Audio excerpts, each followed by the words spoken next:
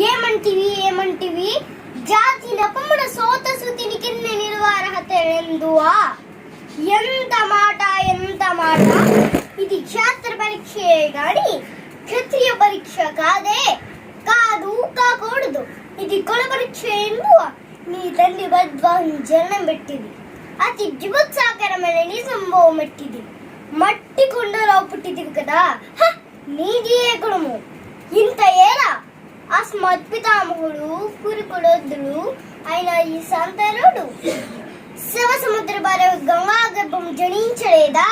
ఇయ్యనదే కులము. మాతో చెప్పించరేమయ్యా?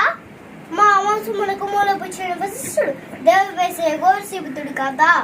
అతడు పంచమ జాతి కనేగు అరుణ్యతన్న శక్తిని, ఆ శక్తి చుండాలంగనిందు పరాశుని, ఆ పరాశుడు పళ్ళు పొచ్చు మచ్చిగన్నయిందు మా తాత వ్యాసుని, ఆ వ్యాసుని వెదవరంట మా పితామహ్యంబికతో మా తండ్రిని, పెడి పితామహ్యం బాలికతో మా పెడి తండ్రి పాండురాజును, మా ఇంటి దాసితో ధర్మ నిర్మాణించడని మీతో కీర్తించబడుతున్నా ఈ విదేవుని కనలేదా?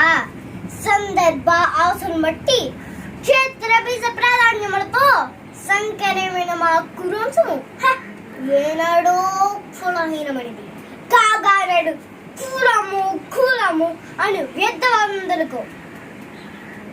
ఓహో, రాచరిక మారాత నిర్ణయించునిది అయిన మా సామ్రాజ్యములో సస్యశ్యామలమై సముద్రాలమై వెలుగు అంగరాజ్యములకు ఇప్పుడే ఇతని మూర్ధాభిషక్తిని గావించున్నాను.